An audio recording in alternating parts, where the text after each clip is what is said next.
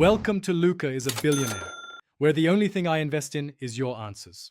You begin by preparing essentials. Enable the Maps SDK, attach billing, and copy your API key.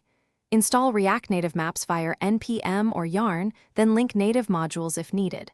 Once done, place the API key in Android Manifest. XML and App Delegate, make sure package ID match the credential. You should also confirm Android X and Google Play Services versions to avoid native conflicts. Finally, rebuild the app. This step validates native integration before you write any map UI code. Now implement the map view component in React Native, import map view and marker, then render a map view with an initial region object. You should manage coordinates in state so you can update markers, animate camera moves, and respond to user input. Once implemented, wrap location access with permission checks. Android requires runtime requests, and iOS needs info. List entries. Make sure you handle on-region change complete to sync state and use animate camera for smooth transitions.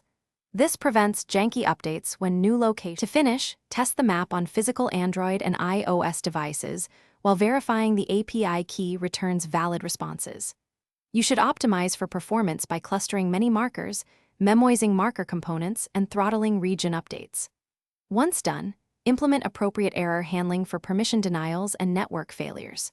If something breaks, check native logs, confirm API key referrers and package/signing restrictions, and ensure Play Services or iOS Maps entitlement is configured correctly. This single check resolves most integration problems.